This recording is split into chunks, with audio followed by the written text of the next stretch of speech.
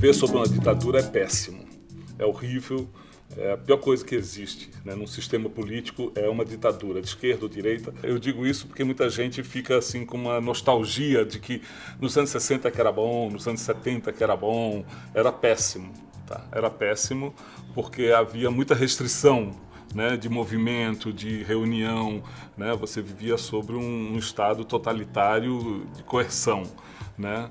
E isso afetou muito a gente, né? Afetou muito a gente, mas por outro lado também nos tornou muito politizados.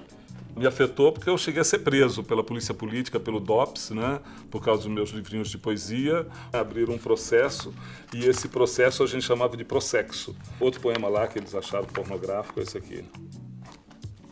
Palavra final: amai-vos uns aos outros e o resto que se foda.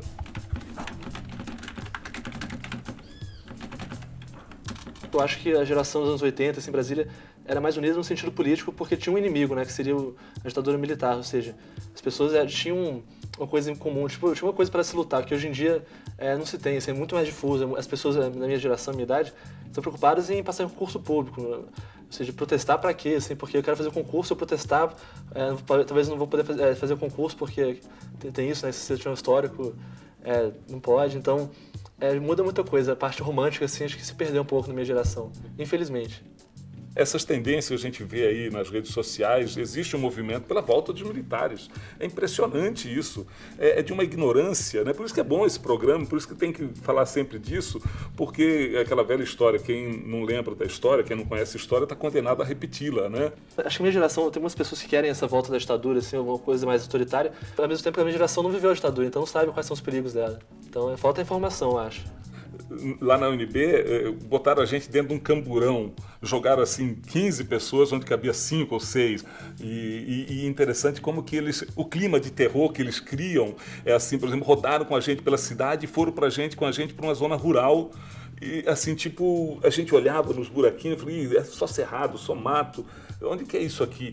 E depois deixaram a gente na delegacia, né? Mas antes tem que criar todo aquele clima, né, de terror, aquele clima de assustar, de amedrontar mesmo, né?